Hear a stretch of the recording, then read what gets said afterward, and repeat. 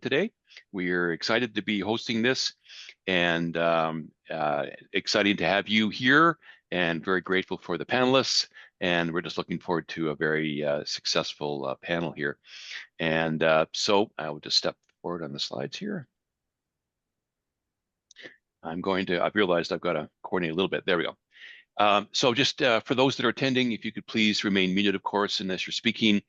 We are recording the workshop and we're using Zoom AI Companion for discussions and questions. We're going to have an extended period of time for that, but it'll start off with discussion and questions between our host, our chair, and the panelists. But for yourselves, for attendees, we would encourage you to use the chat feature, and there will be times when John will be inviting verbal questions as well. But feel free to use the chat feature at any time to ask your questions, and we'll be looking through those and addressing as many of them as we can.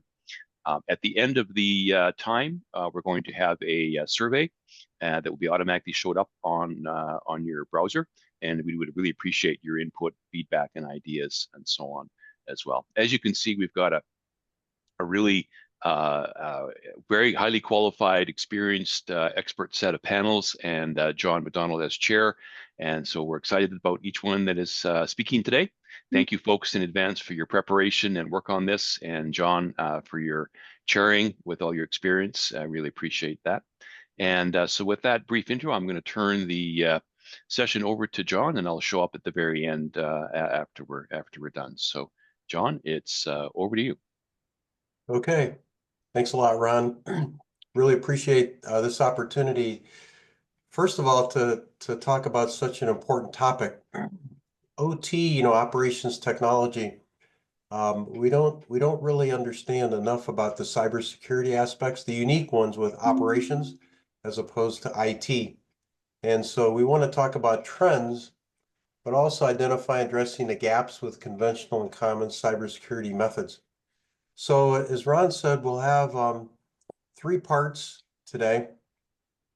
We'll have some opening comments from each of the 5 panelists, which I hope will stimulate questions from all of you, the participants. Second, we'll have a little bit of a dialogue between myself and the panelists, but we'll sprinkle that with questions from all of you, from the participants. So we'll have maybe a question or 2 from myself to the panelists. Then I'll go out and ask any of you if you have questions. Again, as Ron said, I've got the chat open all the time. So if you have any questions, just feel free to write those in the chat, and I'll see those in real time. Okay? So we'll start with the opening comments. And we'll start with Matthew Rogers. Matt, go ahead, please. Thank you very much, John. So I told John and Ron that I'd be talking about how zero trust and secure by design play into OT cybersecurity. So a lot of this little 5 minutes here is going to be talking about, in a way, like the capabilities that we wish we had, the things that we need to do some of the greater security elements for operational technology. So, coming from CISA, the Cybersecurity and Infrastructure Security Agency here in the US, our key concern, our key interest is improving the resiliency of critical infrastructure. That means making sure that cyber attacks are less frequent. It also means making sure that the impact of a cyber attack isn't there, or that people can recover as quickly as possible. And, a lot of those ideas are tied up around ideas like zero trust, saying, how can we have more advanced monitoring solutions? How can we get more insights into our network to detect cybersecurity incidents in real time? And I think that's very much the fancy version. And what we've seen in OT environments is that a lot of the capabilities we really need to execute zero trust, things like security logging, things like advanced monitoring solutions, things like secure communications, like we get with a lot of the DNP-3 secure solutions, are not as widely implemented or a little bit more difficult to implement in OT environments. Now, a lot of this is because there's some pretty serious operational concerns in OT, but also a lot of it is because there's a lot of legacy infrastructure, and some of it is just people are behind on some of these security features. Now, if you start talking about zero trust, I think one of the main security solutions that everybody has ever recommended for OT is like the 62443 zones and conduits model. The idea of segment yourself off, certain devices should only talk to other devices, and equivalent to saying, air gap your OT networks, but recognizing that you're probably not going to get complete air gap, so at least have control over what is capable of talking to what, which is a great piece of security advice. But what we've often seen from the CISA side, even from the largest of players in like bulk energy transfer space, for example, or in oil and natural gas, is that segmentation is a really hard thing to actually execute on in practice. So one of the main areas that we are focusing on with our Secure by Design initiative is kind of twofold. One is saying, how do we get the security functionality we need in OT environments to make sure that if you wanted to actually have more of a defense in depth approach, if you wanted to have the logs necessary to detect an evidence of intrusion, if you wanted to have secure communications so that if somebody did breach that segmentation, you had more layers of security, more layers of control. The question from Secure by Design is, do those components exist? And then can you buy them? Are they security features included in the baseline version of the product so that you're not paying to have the additional logs, right? We've seen historical examples of this.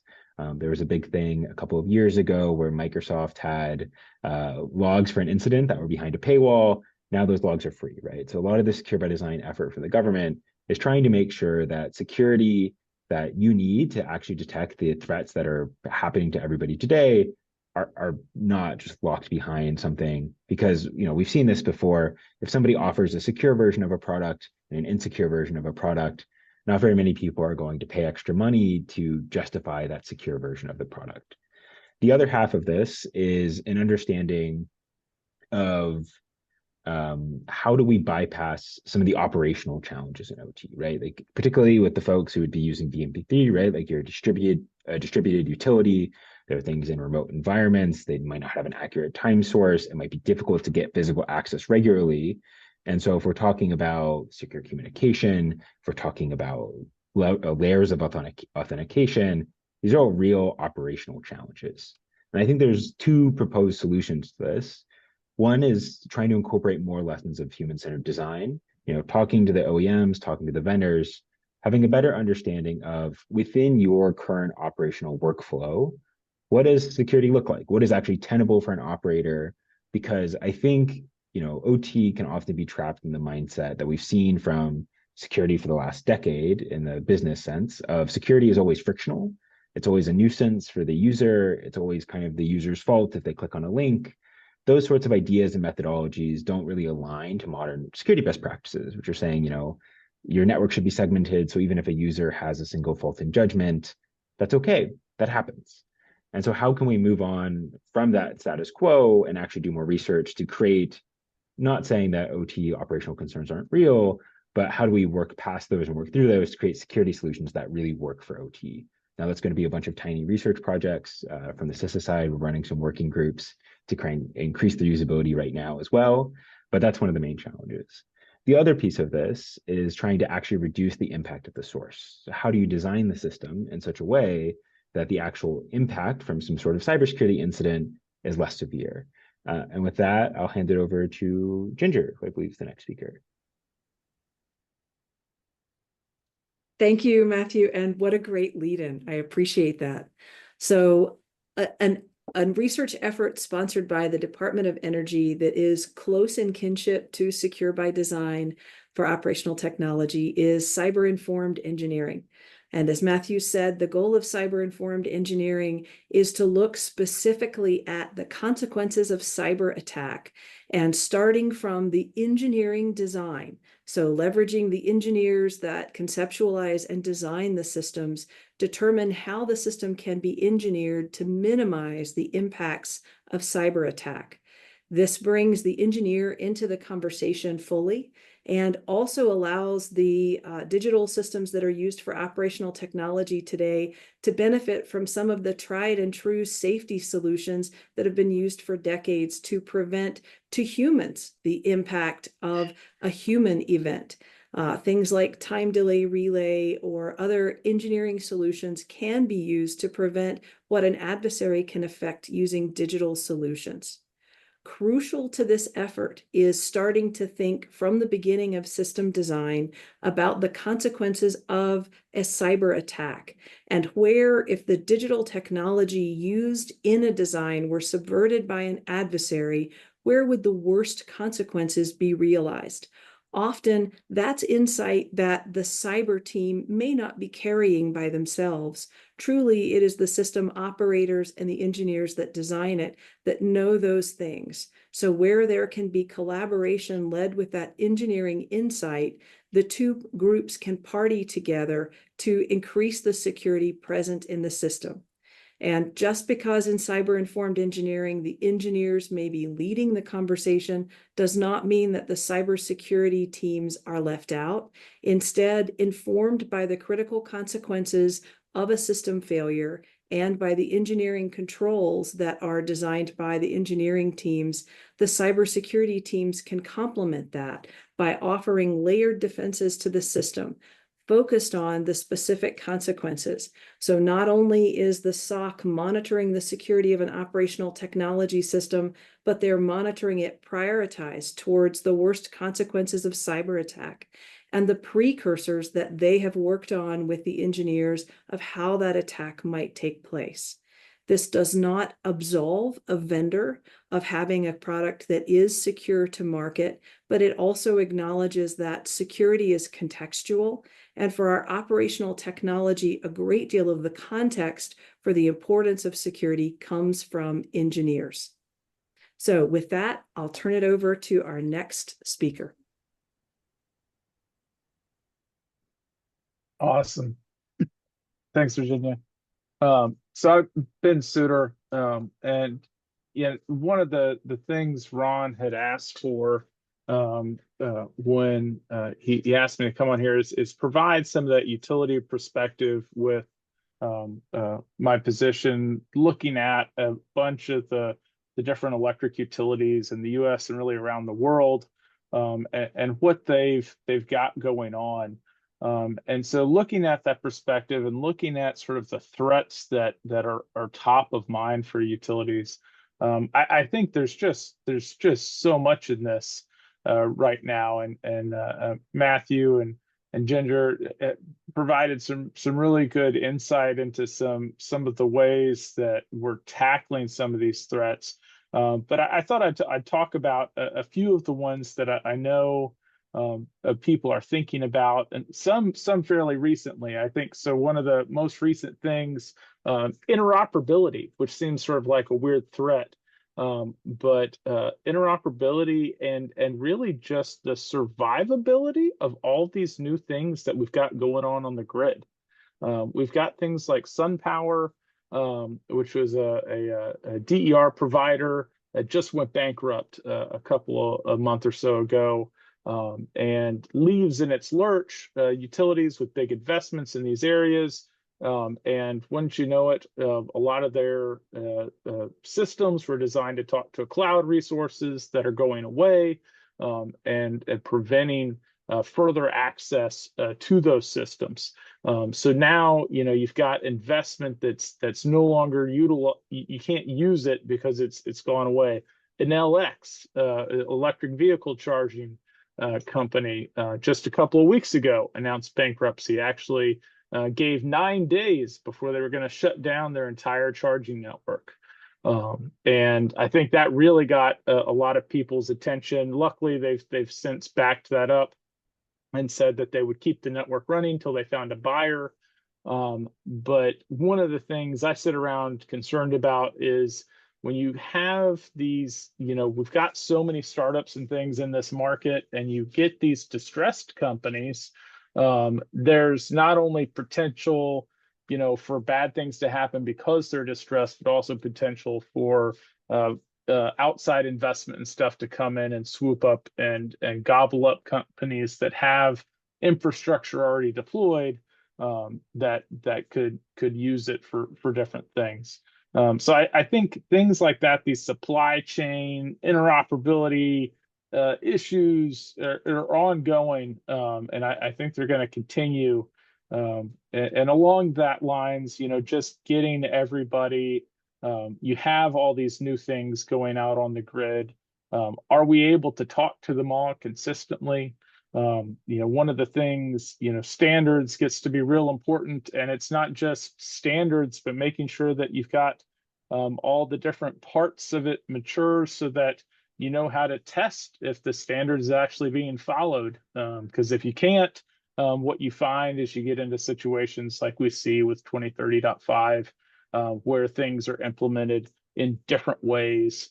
And it makes it really difficult for disparate manufacturers to actually interoperate. So lots of things going on there. All the other threats, probably things people have heard of. Obviously, especially here in the U.S., really concerned with APTs right now. Nation-state actors like Volt Typhoon that are really targeting critical infrastructure here in the U.S. These new low and slow attacks, utilizing credentials and living off the land techniques that are a lot more difficult to detect. I think things like that have gotten a lot of people's attention, and when concern about whether or not they can actually have the infrastructure to detect these things. Ransomware, over $1 billion in payments this year. So when there's that much money on the table, you can't help but have just a significant criminal element behind it. And sort of the last thing I just wanted to hit and sort of threats is, I think there's a lot of concern about just losing capabilities. As we've gone through digital transformation, we're more and more interconnected. We depend on so many things, whether it's Microsoft for Windows, GPS for timing, CrowdStrike for endpoint detection and response. And so, when one of these things happens, when you have an issue like we had over the summer with CrowdStrike, impacts huge swaths of multiple industries. You really kind of worry, like what happens if I do lose these things, and do, have these new digital things replaced my old methods. So lots of things going on that I think utilities are worried about right now. But I will go ahead and yield my time to the next speaker here. All right, Ben, thanks a lot. Next will be Francis Cleveland. Francis? Yeah, could you put up the slides that I have? Because what I'd like to do is sort of go down one level and talk about standards, because standards have been developed, are being improved. And so it's not like we haven't been doing anything. So if you could go to the next slide, I'd appreciate that. Yes, okay. So before I speak to that, what I would like to say is that we are developing, the sort of cybersecurity industry, we are developing many standards for this area. And it's important to recognize that standards really make a difference. They provide, first of all, a peer-reviewed, vetted set of requirements that should be met. And they are evolving almost as quickly as the hackers and the new technologies like AI are coming in. So it's something that we're constantly working on. So focusing then on one of the new areas in the power world is distributed energy resources. This part of the world, electric world, is really very vulnerable to cyber attacks because the equipment is out in the field. It's at people's residences. It's owned and operated by non-utility companies. And so it may seem like, one little solar system is not a problem, but if multiple DERs, 1,000 DERs could be kicked offline or doing something they're not supposed to do, it really will disrupt the grid in a way that was never seen before. So it's important to recognize that cybersecurity is now becoming absolutely critical.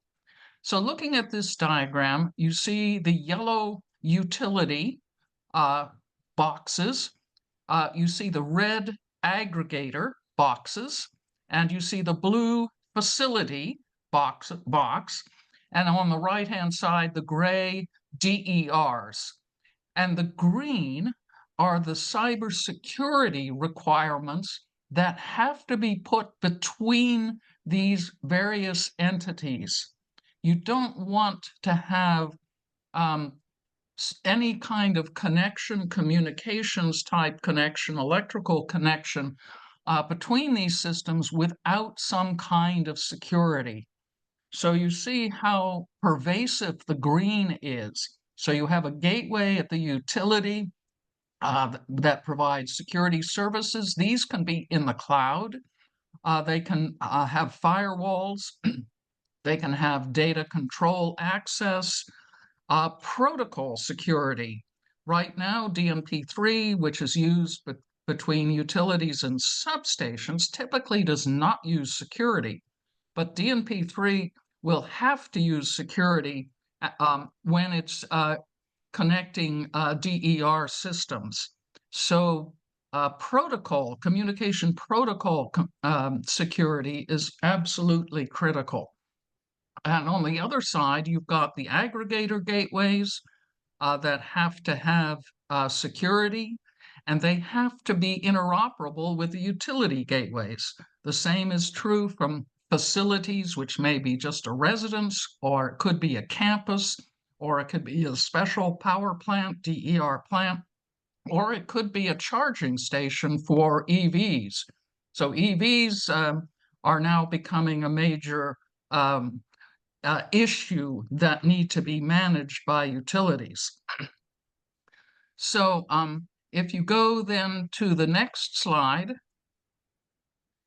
this is one of the areas. This again, we're now drilling down a little bit. This is DNP-3 cybersecurity, where we're developing the security version number 6, which means that number 5 exists, but unfortunately has not been implemented very frequently. But we're working on version 6, and I think this is one of the areas where we're really taking modern steps to provide the type of security that will be easier to implement and also easier to manage. So that's really an important feature. It's got to be easy to put into place and to manage as it goes forward. Without that, it simply won't work. So I will pass this on then to Grant, who can pick up on these kinds of details. Thank you. Hi, I'm Grant Gilchrist. My company's Tesco Automation, but I'm here to speak for the DNP users group. What you're looking at right now, right here, that is a security gap. Now, you may not think that's obvious right away, but it is. So if you look in the upper right, what you're seeing, this is a 3-phase recloser bank, and from the upper right we have antenna cables coming in from a cell modem, from cellular, and the thing in the upper right, the box there with the blue cables coming out of it, that's a cell modem. And what's happening is, from a security point of view, the signal is coming into the cell modem, and all security associated with the cellular network ends at that point, period. And everything that's going out on those blue cables is now in the clear.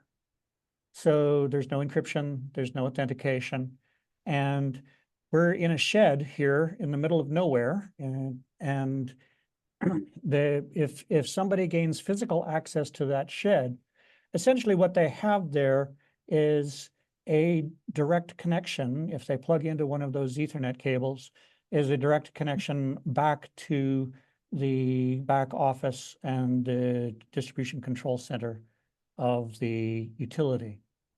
So in this case, it's a fairly easy fix because since those are Ethernet cables and this is an IP-based system, you can simply run TLS to the end devices, assuming they support it, and have your authentication and security on those devices.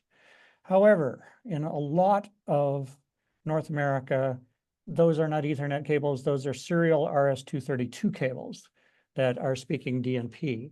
Either they come in through unprotected radio systems, or they come in through lease lines, or other kinds of serial-based systems, but that gap becomes much harder to plug because there is only one protocol running over that, and it's not IP-based. So that's a concern. And sometimes your entire SCADA network is serial. All right, so that's the issue, and that's the other thing that Francis mentioned, the DNP SAV6 and AMP. That is the hole that these protocols are attempting to plug. Because the question that comes up with people is, well, why can't I just use my existing technologies? Well, it's because, if you move to the next slide, please, it's because they don't go far enough. All right, so if you're looking from left to right here, we have the controlling station or data control center. We have an IP-based network. And then out in the field, we have radios or serial-based systems connected to that IP-based network via a terminal server. And so you can take a look and see that if you're dealing with IP-based routers between those two network access points, you can put IPsec between those two routers, okay? But then there is no authentication, no encryption, no security protection on anything to the left or right of those two network access points. So then you can either extend IPsec or you can take TLS out to the ends of the IP network. So you're talking with devices. So you have security from the controlling station out to the terminal server or modem or the radio, but it stops where IP stops. So the purpose of the DNP3, SAV6, and AMP protocols is to take that DNP stack and secure it at the application layer or just below the application layer, session layer really, and secure it all the way across that network. So if you have unprotected radios, if you have that gap in the shed in the middle of nowhere, or if you have a fully serial SCADA system, that security goes all the way across. The other piece that we're adding is AMP, which is Authorization Management Protocol, is a way of managing this without the traditional IP-based PKI credential management systems, which don't work very well unless you have a server available at all times and available over an IP-based network. So AMP handles the authorization and saying which devices get to communicate with which and with which privileges all over that network, and handles the credential management and approval and the upgrading of the security policies within the device. So this is all my previous co-presenters. We started at a very high level and we've worked our way down, and this is the guts of security, the bits and bytes of security here within the OT network. And so I'm here to tell you about the DNP standards that we are developing to address that. Great. Yep, John, back to you. Thanks. All right, Grant, thanks a lot. Just want to point out, as we said in the chat, if you have any questions, you can put them in the chat. Also, during these opening comments, Matt and Ginger added some information on websites to give you opportunities for further detail on what they were talking about. So I want to ask an initial question of each of the 5 panelists. First, Matt, you mentioned a couple things. I don't know if everyone is familiar, but if you could talk a little bit more about what is secure by design first. Second, could you also define zero trust, what you mean by that? And then what are some of the technology gaps that need to be overcome by secure by design and zero trust? I appreciate that, John. You know, sometimes I'm deep in the security bubble and people have thrown the same words at me for too long, and I forget that they are weird words. So secure by design, the origin story is that it came out of the National Cybersecurity Strategy last year. And it was basically saying, hey, we as the government and we as like an industry keep saying the same vulnerabilities over and over again, right? Like a buffer overflow attack keeps happening. We've had papers since smashing the stack back in the 80s saying this is a real security problem. And if we just keep seeing the same kinds of vulnerabilities over and over again, well, it's expensive, but also that cost is really on the customers of products right now, right? So customers expect when they buy something that the product is secure, but that expectation is currently not really met by reality. And so the secure by design effort is saying, how can we work with industry to give their security organizations, the product security folks at like a major OEM, at a company like a Microsoft or like an Amazon, more teeth to try and prioritize cybersecurity. Because fundamentally, right, like if you're a product developer, it's all about trade-offs, right? Like you could spend 2 weeks building a new feature, some new fancy widget, or you could spend 2 weeks building in cybersecurity into your product. And what we've seen is that economic incentive has resulted in basically whack-a-mole, which is instead of addressing the root cause of vulnerabilities and getting us to patch less, you're seeing one pop up after the other, and it's more expensive for all of us over time. So we're trying to lend some weight to saying, how do we fix these earlier so it's cheaper for everybody in the long term? Zero trust is saying, hey, previously we thought about security as like a perimeter, right? Like we basically have a castle, nobody gets past that firewall, that external perimeter, but we've seen time and time again, it doesn't really work really well. And so how can we make it so in this castle metaphor, well, we have guards monitoring the perimeter of the castle, but we also have people inside making sure that there's some sort of continuous authentication, some sort of continuous checks. That requires you to actually have more visibility. It requires you to have an understanding of what is going on, right? So it requires logging. It requires security features to not just assume everything is trusted in your environment once you actually just log in, once you get past that initial entry point into the network. And OT, as a general rule, is very trusting. It is very much that open trusting where it relies purely on that perimeter or purely on segmentation in order to get those security benefits. Sans things like DNP, SAB6, which are like adding beautiful features like secure communication to these networks, which are vitally needed, right? And so the technology gaps we've seen a huge amount of third-party security solutions in the last couple of years that will provide you monitoring solutions. So they'll monitor the OT side of your network and try to identify any difficulties. So that's really good at detecting network communication flaws. I would say from a practical visibility perspective, I think we miss more to what Ginger was talking about, which is how do we get the engineering viewpoints, more of that process visibility to actively tie into like the cybersecurity viewpoints. Right now, I think a lot of these industries are very separated because historically the people who have done this work are very separated. And the other half of this is, we talk all the time about how there's like skills gaps in technology workforces, including cybersecurity at the OT level. And so if we know that these skill gaps are there, how do we design solutions around the workforce we have, not the workforce we want, right? How do we design security solutions to be intuitive to engineers and to operators who are very smart, but aren't cyber experts, right? So this gets to some of the certificate management that Grant was talking about. It's very difficult to do, even for IT professionals. They screw it up all the time. How do we make it easy for OT people to maintain? I think that's one of the biggest technology gaps we have right now. Okay, good. Ginger, cyber threats to critical infrastructure seem to be increasing daily. What is the most important thing an organization can do to enhance their ability to defend against a cyber attack?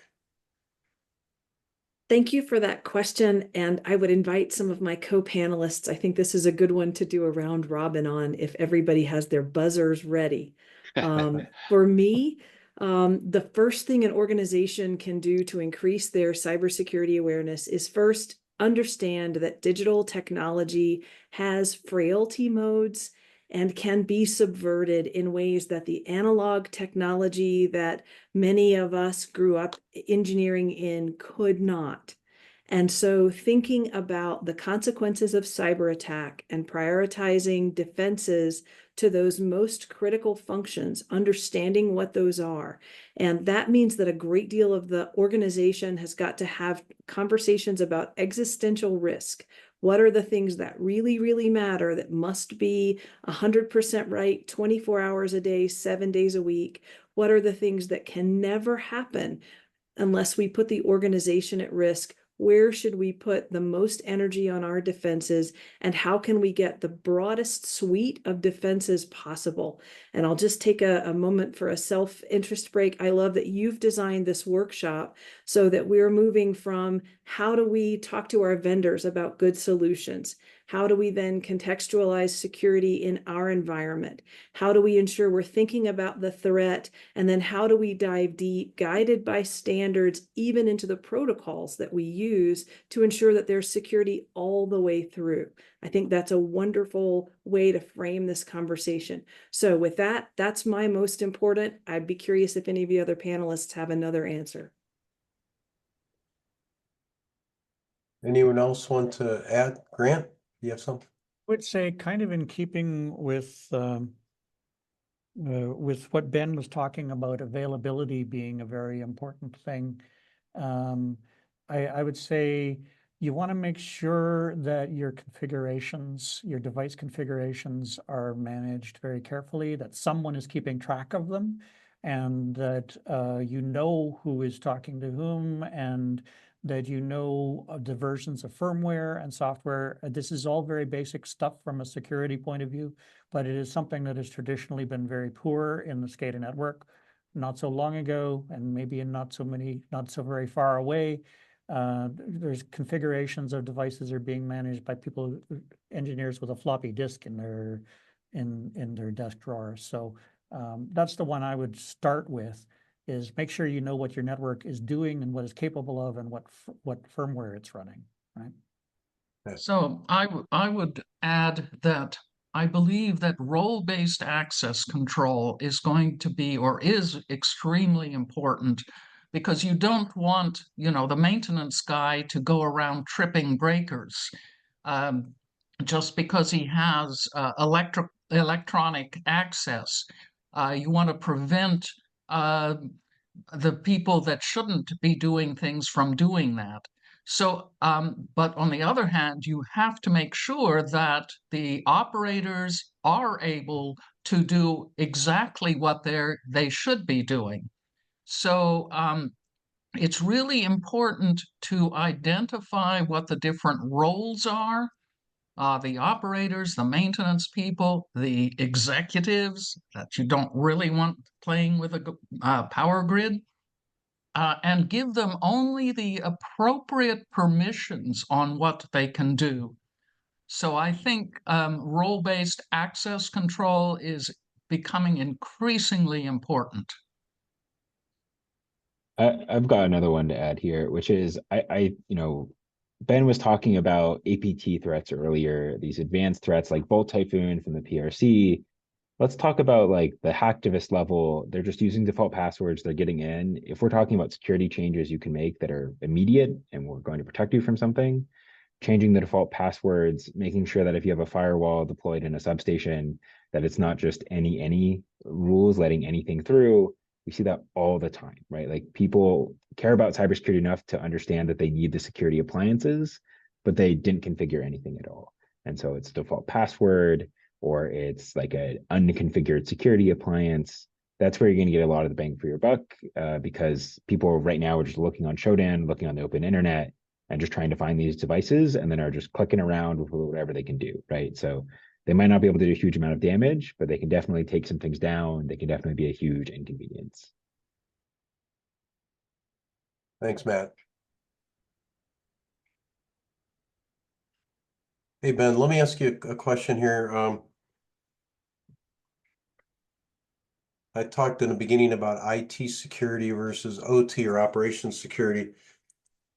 What are some of the utility challenges with adopting and deploying security in operations? Sure. Thanks for the question there, John. And I, before I get started, I just want to second Matt's comment. That was a great comment. You know, sometimes it seems silly, but you know, it's low hanging fruit. It is still really widely effective. So, you know, simple things, changing passwords and stuff, putting stuff behind a firewall, really effective. And I guess that goes to, yeah, I had some notes here, thinking about challenges, and one thing I didn't put on my list, I probably should have, is resources.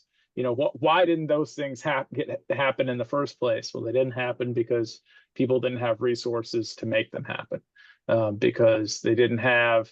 There's, you know, the utility only has 100 people.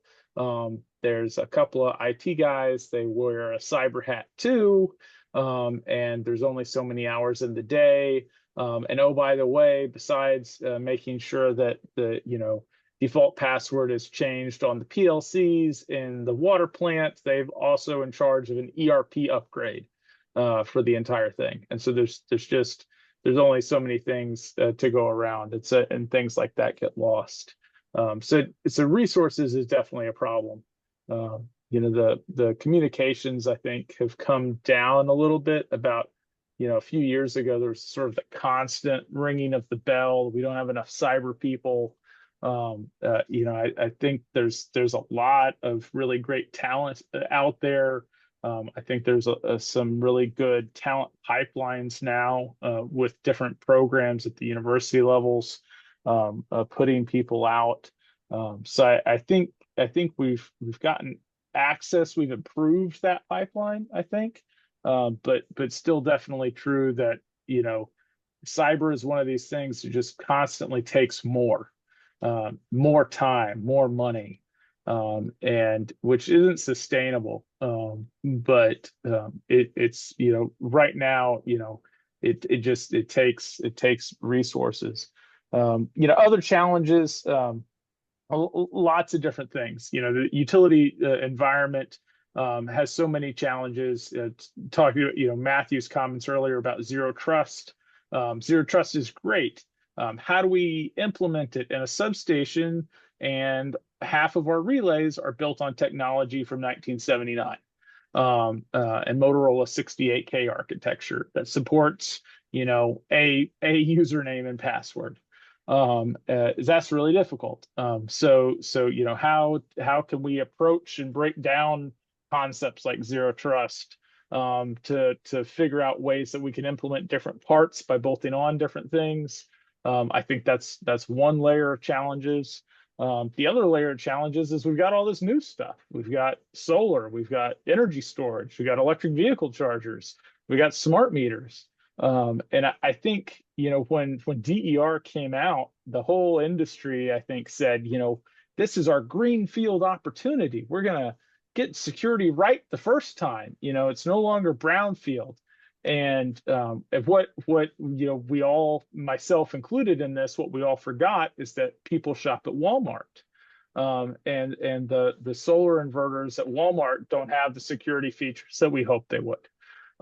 And so the reality is, you know, now we're having to work out the fact that we've got a whole bunch of DER that's out there that also doesn't have the security we'd like, and how do we address that? And what paradigms and architectures and stuff do we apply? So you know, it's a multiple problems, you know, working with these legacy systems, this new stuff, and just figuring out in all these different situations what are the best strategies and how do we effectively and economically, because resources are limited, really accomplish security across all those things.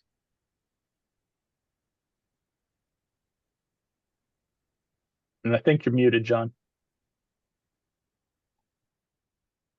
Thanks. So I wanted to point out you guys are asking some very, very good questions, all the participants. And what's also good is our panelists are answering them in real time. So for each question that you're asked, you're getting expert opinion, even to websites information almost immediately after your question is posted. So I encourage you to keep asking those questions. And as long as we keep answering them in the chat, I can keep asking the panelists questions, and we can do double duty here, right? We'll do questions in the chat and live questions here, live dialogue. So we're getting some great questions and also some great responses. Say, Francis, I want to ask a question on you've talked about distributed energy resources. Why is cybersecurity critical for communications with DER systems when you compare that with traditional control center to substation DNP-3 communications?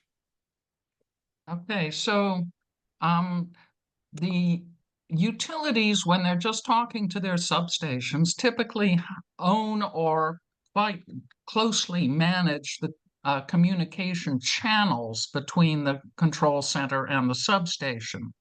And so to some degree, they're safer that way. I would believe that in the future they will be less so.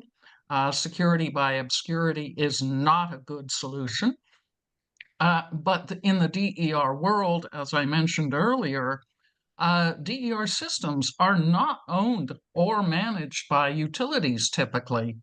And they're in insecure locations. They're using the cloud. They're using Wi-Fi, the local residential Wi-Fi. They're using all sorts of different communication channels. And so there's really very little that, say, even a single entity like the utility could do to counter any attacks. At the same time, these DER systems are out there typically either making money or avoiding losing money. So there are a lot of economic incentives for attackers to get in there and do something nasty. So I did also mention in the chat that there are, and earlier, that there are standards out there that have been developed or are in the constant revision status. And one of them that I think is particularly useful is the NIST cybersecurity framework, because it tries to address everything from governance down to sort of identity, then protection. Protection against cybersecurity attacks is not the only thing. If you don't know what you have, how do you know how to protect it? So you have to identify what you even have. And so after trying to protect everything, you have to be able to detect problems. So that is really critical. And then when the inevitable cyber attack is successful, you have to be able to cope with it as it's happening, taking steps. You have to have a plan B or something to cope with the situation. And then finally, you have to be able to recover from it in some reasonable way. And this is cyber attacks, but it's also natural events like ice storms and fires and floods and everything else. So that's the same approach that's really critical. So it's just that now with DERs and also, as I mentioned, the electric vehicles, it's becoming far more critical to have good, solid cybersecurity. So I see people are responding about the NIST framework. Yes, that's an excellent source. Thanks. Excellent, Francis. Thank you very much. We've talked a lot about obviously OT cybersecurity, and to differentiate that with IT cybersecurity. Grant, I want to ask a question. Why do we need a special set of security protocols for the OT environment? Right, that was mentioned a couple minutes ago. I think it was Ben was talking about the fact that the devices that we have out in the substation and on the pole top are, 1980s, 1990s technology. So we have some very unique security requirements in the OT networks. First off, we're dealing with devices that are a lot of very low processing power by today's standards. In most of the networks that are established, and certainly with smaller utilities, we have very low bandwidth. Sometimes it's even pay per byte bandwidth, which is an issue as well. There are a few other things that are unique. For instance, most of these devices, it's very difficult to get timestamps out to them, which is a rather interesting thing. And there are a fair number of cyber attacks that are time-based. And you can't afford to put a GPS clock on every device you've got in the field. So it's important that whatever we're using for security also make sure that the time distribution to these devices is secure as well.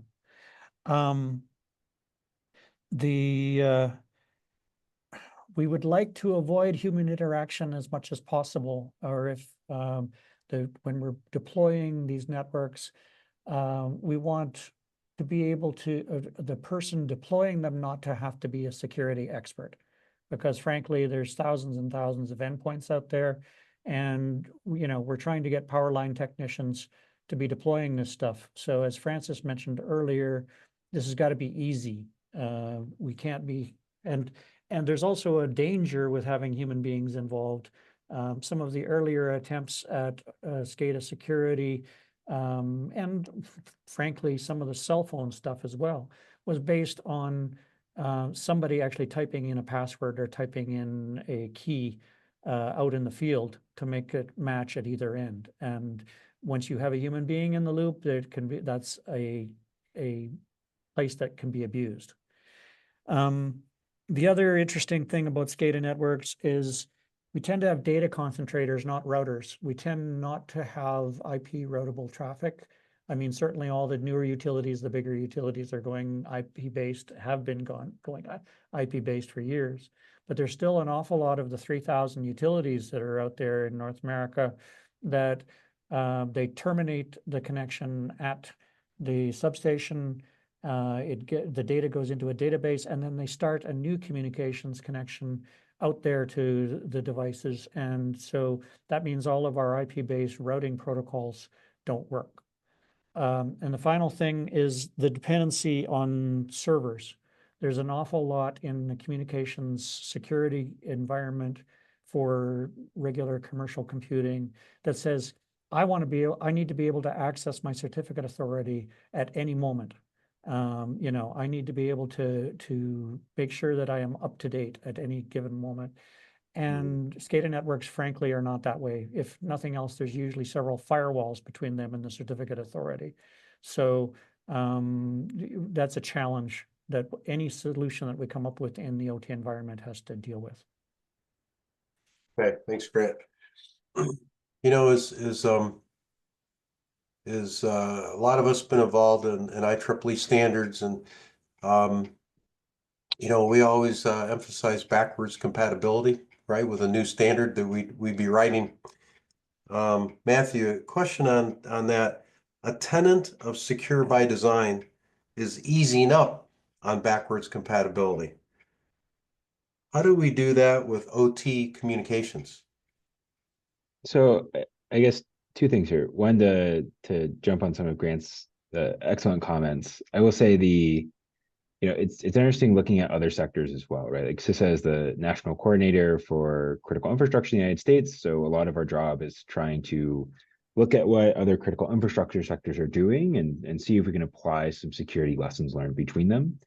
And like one interesting thing we've seen like in the freight rail sector or subsector is things that are traditionally seen as kind of no-goes in OT because of those distributed operational concerns, like multi-factor authentication.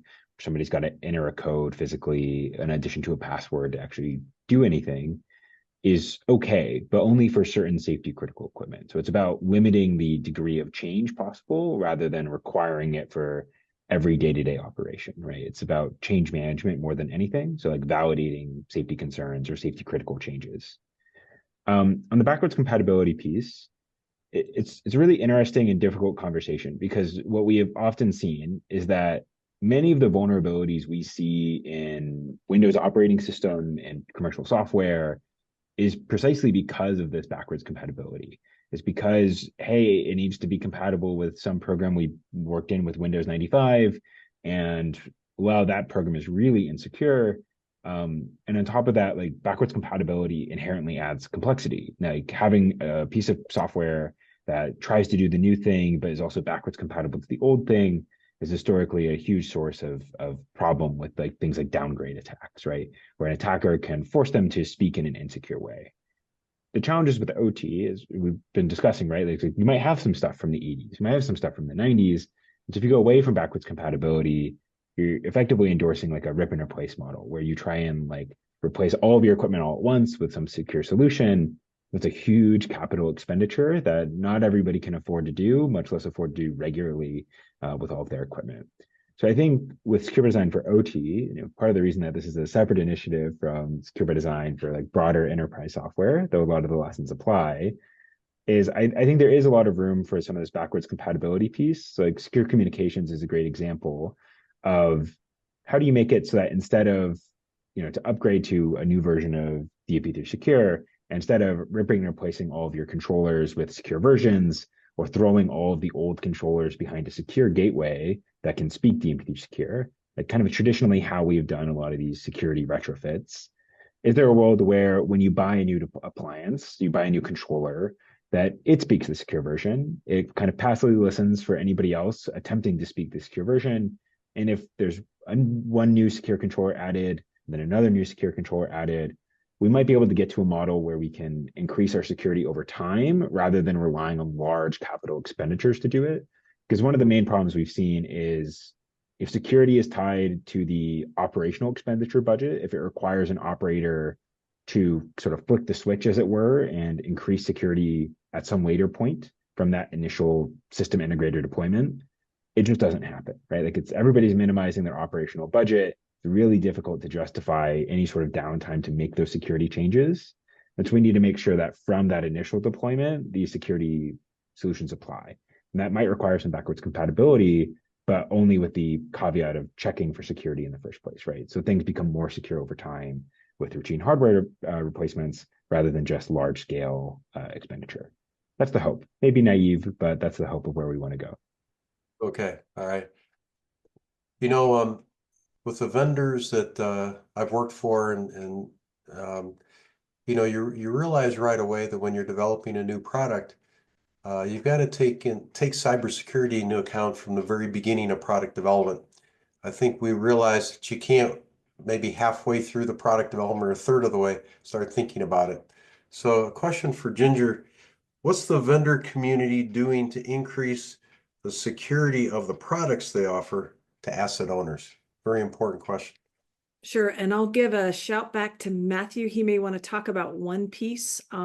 There are a number of efforts where vendors can pledge to meet security standards. And Matthew, before I go on with my answer, do you want to talk about one of those initiatives? Thank you, Ginger. Yeah, so there is if you go to cisa.gov/secure-by-design/pledge, we've already had 230 companies, including some of the largest corporations in the world, like Apple, like Amazon Web Services, like Google, all pledged to a certain set of principles, things like increasing the usage of MFA, including logging in the baseline product without charging more for it, like following some of these open standards. And so one thing that you can do as a customer is you can actually look for companies that have signed this pledge as an indicator that they're maybe caring a little bit more about your cybersecurity. So I'll put a link in the chat, but I would highly encourage folks to check that list out. Currently, it doesn't apply to OT companies as much broadly, but even for the regular software that you're using, would highly recommend checking out that list. So thank you, Ginger, for allowing me to do a plug.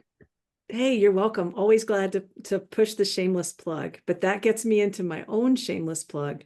In addition to some of the specific changes that vendors can pledge to address in the Secure by Design pledge, DOE CISA has also developed a set of kind of highest order supply chain principles, and multiple vendors are signing on to align with these principles. They include, and one of the things that is wonderful about this set of principles is there is a set for asset owners and a set for end users. The idea is that we are prioritizing security and resilience within the sector and giving concise guidance so the energy industry can validate their cybersecurity decisions.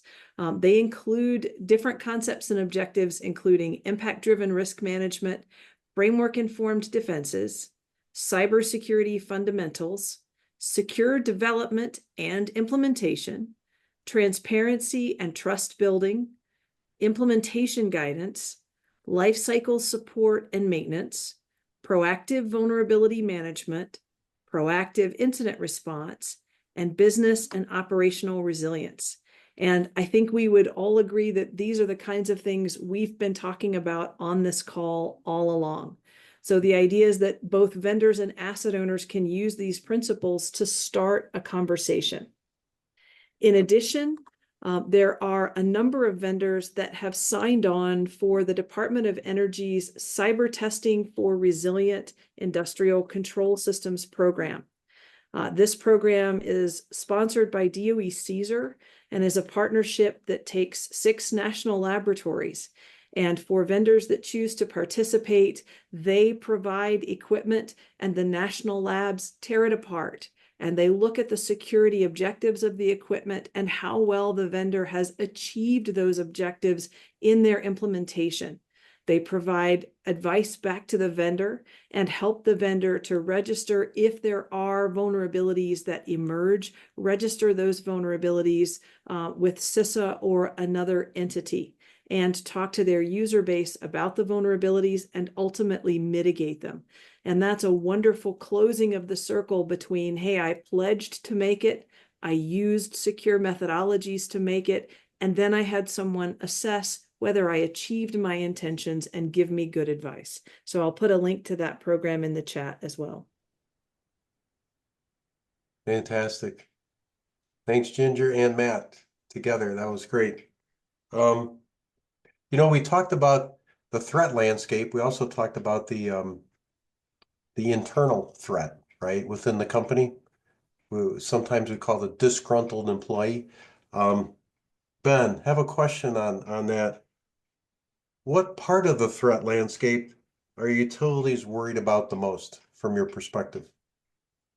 Yeah, a good question, and I think, you know, your comment about insider threat. I think insider threat has definitely been top of mind for a lot of utilities. You know, partially because you know that insider threats happen, sometimes purposely, sometimes unintentionally. Sometimes we can be our own worst enemies accidentally, and so that's one thing. But then also, I think utilities also recognize that these new generations of attacks, these low and slow credential-based attacks that mimic real employees, you're really looking at things like behavior analytics and stuff to help crack that nut and quickly identify people that don't look right because they're not doing what a normal person would. And so I think the insider threat is definitely top of mind because you have a couple reasons as a result of all that, for sure. You know, other things, you know, obviously all of it, there's so many different things. I saw a comment in the chat about post-quantum cryptography, PQC. And surprisingly enough, there's a lot of utilities that are thinking about, hey, do we need to be concerned about these sort of future threats? And so there's even concern with these things, as we look out into the landscape, developing these new systems like quantum computers that may enable future attacks, to understand, what level of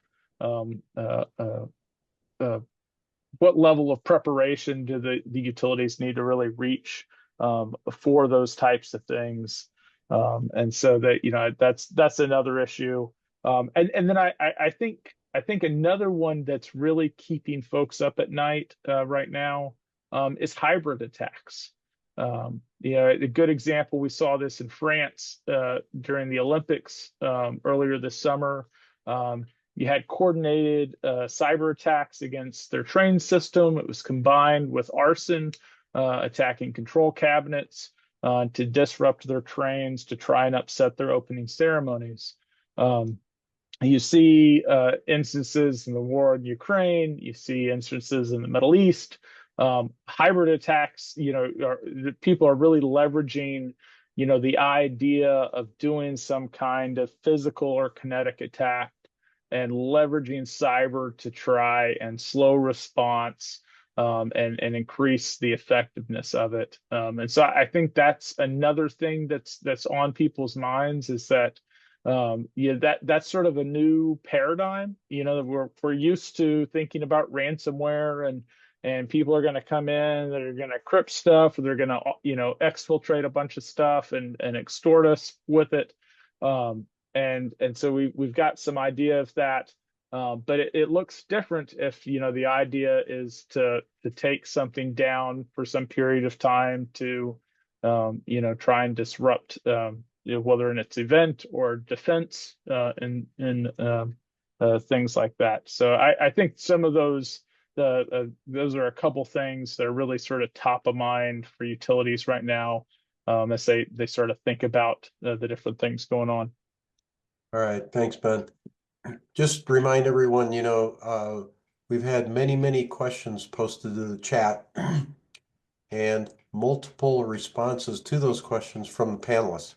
So keep those coming. And in addition to responses including links to further information, to more details.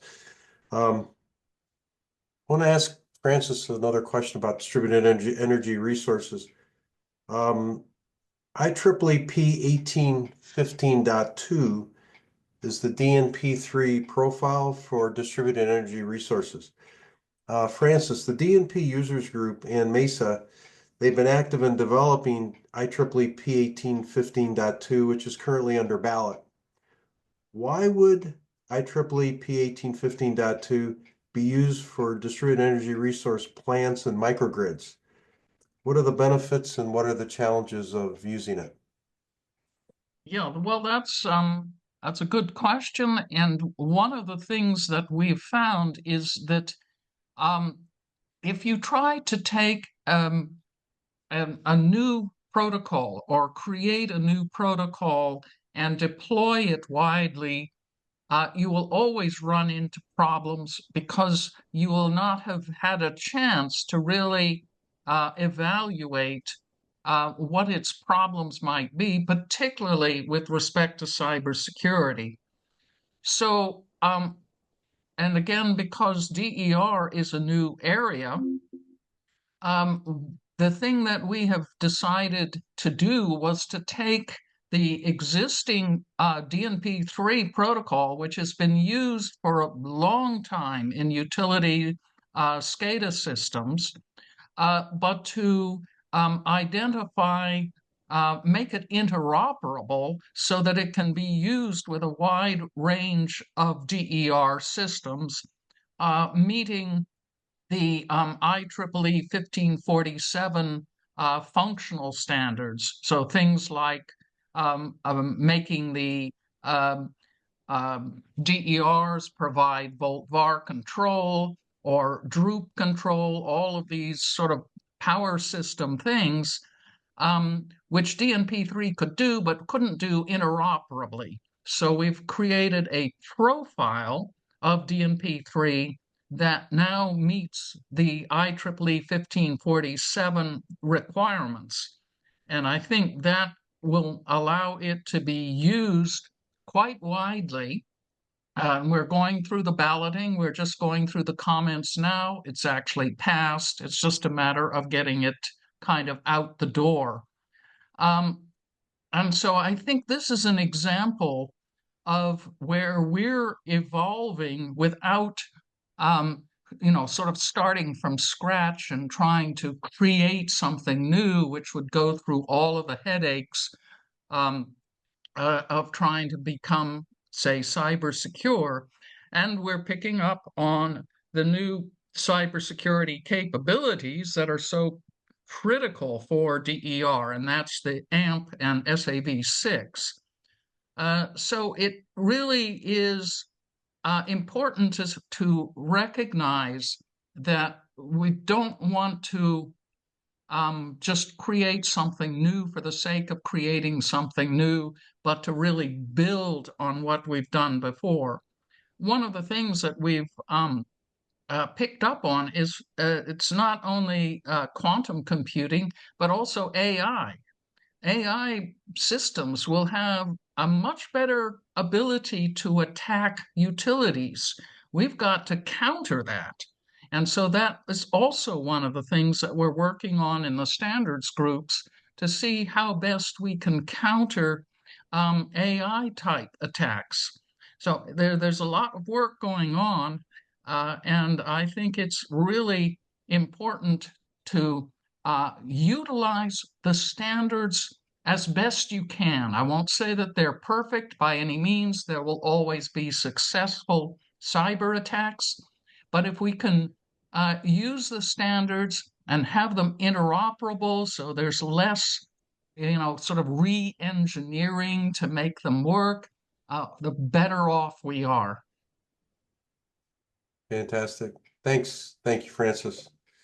We've talked about zero trust. We've also, a lot of the responses in the chat to questions included zero trust. Grant, we hear a lot about zero trust security architecture.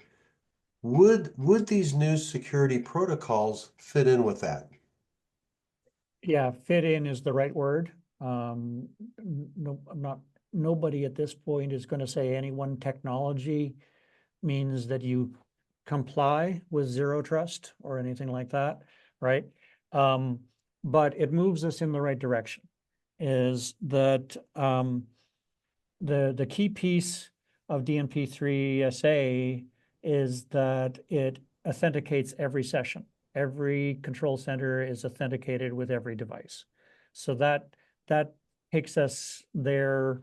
Kind of the core principle there of zero trust is every device does its own authentication. Now, as was pointed out, that's difficult to do on devices that have low processing power. So DNP-3 SA is based on the elliptic curve algorithms and ciphers. So that's like orders of magnitude less processing power than is required, say, to do an RSA cipher. So and we can, if you decide, for instance, that encryption is not something that you need to do, that authentication is sufficient, which I think a lot of SCADA people are still feeling that way. It is possible to run with authentication only and integrity checking only without having to do the encryption. Anyway, so the other things is that AMP provides us authorization and not just authentication. So you're not just verifying that the two devices are who they say they are, but you're also verifying that some human being somewhere has said, yes, these two devices are supposed to be talking together. So that's a lot closer to the zero trust model than a lot of other situations, a lot of other technologies. Role-based access control is another key piece of the Zero Trust suite. The DNP-3 SA and AMP are basically getting set up for that. I wouldn't say that it's complete, but we have the capability to pass roles around the system and establish them as policies within the network as to, and so that is a feature that is also taking you in the Zero Trust direction. I mentioned before the minimum of human involvement, all right, so that we don't even trust the person who is installing the device. You know, it comes down to the people whose job it is to authorize the communications, We are talking, there's some other things that Zero Trust calls out that we have not yet addressed, but we have kind of a framework for, is attestation, the ability to call on a device and say, give me a certificate that shows that nobody has tampered with your firmware in the last couple of hours or days. That, you know, the whitelisting of things. That's not in the spec right now, but the idea of having AMP as a protocol that's out there, has authorization to talk to the device and is authenticated, that makes that attestation a lot easier and can be done within that framework. And I think that's probably, once we finish AMP, that's one of the first things we're going to add to it. So in a backward compatible fashion, I want to assure you on that one, okay? And then certification procedures and the DNP certification process. I see Ron has already been responding to questions about that in the chat. So a certification process and procedure doesn't exactly get us to supply chain security in Zero Trust, but it is providing us with tools to start getting there. So that's where we're at as far as Zero Trust goes. So we're moving in the right direction for Zero Trust. Okay, great. So we talked, you know, about OT cybersecurity, but Matt, one of the questions would be, all right, in general, as we look at OT cybersecurity, what are the trends that we see from cybersecurity solutions that are for operations environment? The trends. I think one of the greatest trends we've seen is that you know, coming from like the cybersecurity practitioner perspective, I think a lot of the early cybersecurity solutions were really dedicated to being as unobtrusive and as non-frictional as possible, right? So it was all passive network monitoring. It was all plugging into some sort of network tap and then exporting that data out to a SOC or some other use case. Now, those solutions can be very valuable, and we're seeing them become a little bit more active, right? Like including active scanning solutions, which may or may not be a good idea depending on how old your system is, including more like host logs, gathering up more data around the network, not just relying on network process data.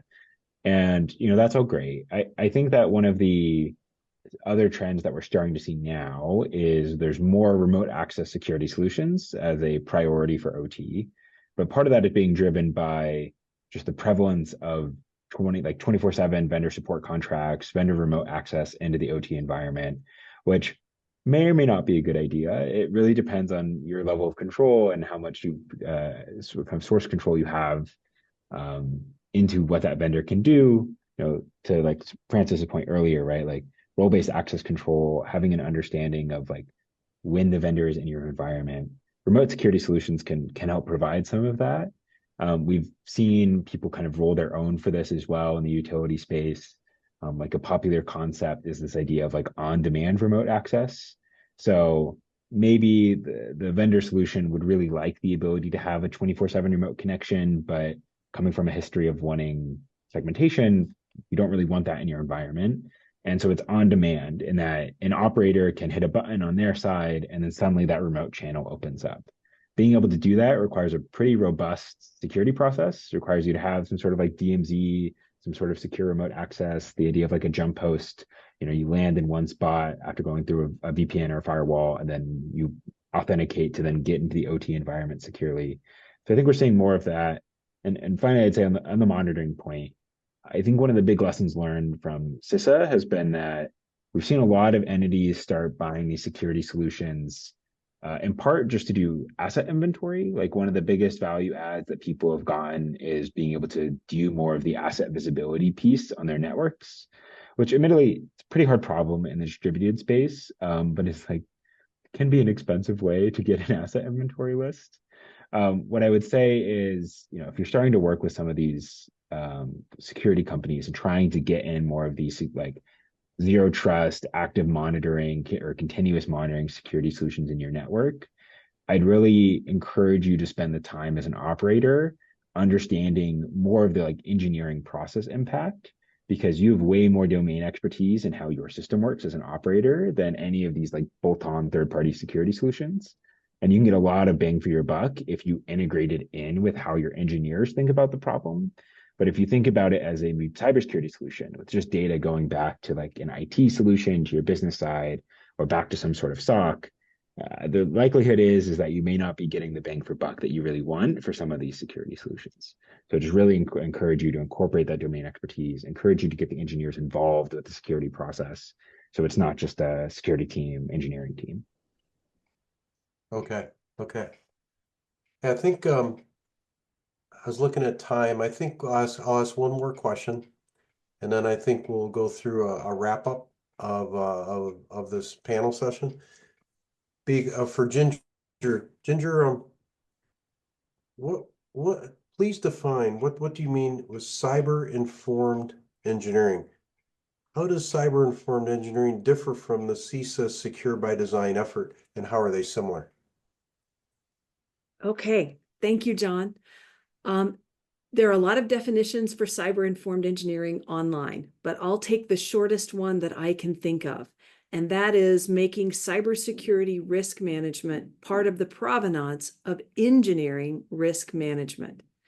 When we introduced digital technology into operational technology environments, we saw vulnerabilities in the digital technology and the connections between the devices, and naturally, we developed strategies to protect against those vulnerabilities in the places they occurred. That is completely logical. But in doing so, we left out the engineer from that conversation, and we specialized over time into standards and capabilities that the engineer doesn't really touch. And so today's engineer doesn't think about cybersecurity as a part of their engineering risk management envelope.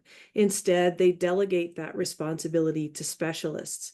But with questions that we've developed as a part of cyber-informed engineering, we can bring that engineering risk management sensibility to the kinds of threats that cybersecurity poses or cyber intrusion poses, and we can arm the engineer with a set of controls that are additive and collaborative with what the digital team has that further protect a system.